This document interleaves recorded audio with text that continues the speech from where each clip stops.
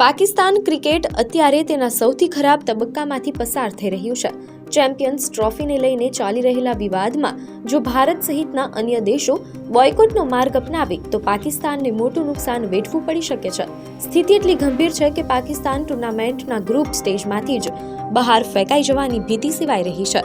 વાત માત્ર એક ટુર્નામેન્ટની નથી, પરંતુ પાકિસ્તાન ક્રિકેટના ભવિષ્યની છે।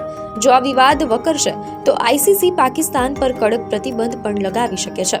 જો આવું થશે તો ભવિષ્યમાં કોઈ પણ મોટી આંતરરાષ્ટ્રીય ટુર્નામેન્ટની મેજબાની પાકિસ્તાનને મળવી લગભગ અશક્ય બની જશે।